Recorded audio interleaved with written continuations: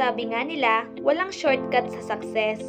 It takes time bago ka magtagumpay. Maraming pagod, hirap, at sakit na mararamdaman bago mo maabot kung ano man yung gusto mong marating sa buhay. Kapag may pangarap, may hinaharap. Hindi madali ang daan patungo sa ating mga pangarap. Hindi mabilis marating ang tagumpay na ating hinahanap. Minsan madadapa, matutumba, luluha, masasaktan, at mawawalan ng pag-asa. Pero lagi nating tatandaan, ang lahat ng bagay ay pinaghihirapan. Kaya tuloy, huwag hihinto sa paglangoy. Pag-alabin mo gaya ng apoy. Huwag kang matakot. Sa dulo, pangarap mo'y maaabot. Maniwala ka sa bawat pagsisikap, pagtitiis at paghihirap mo.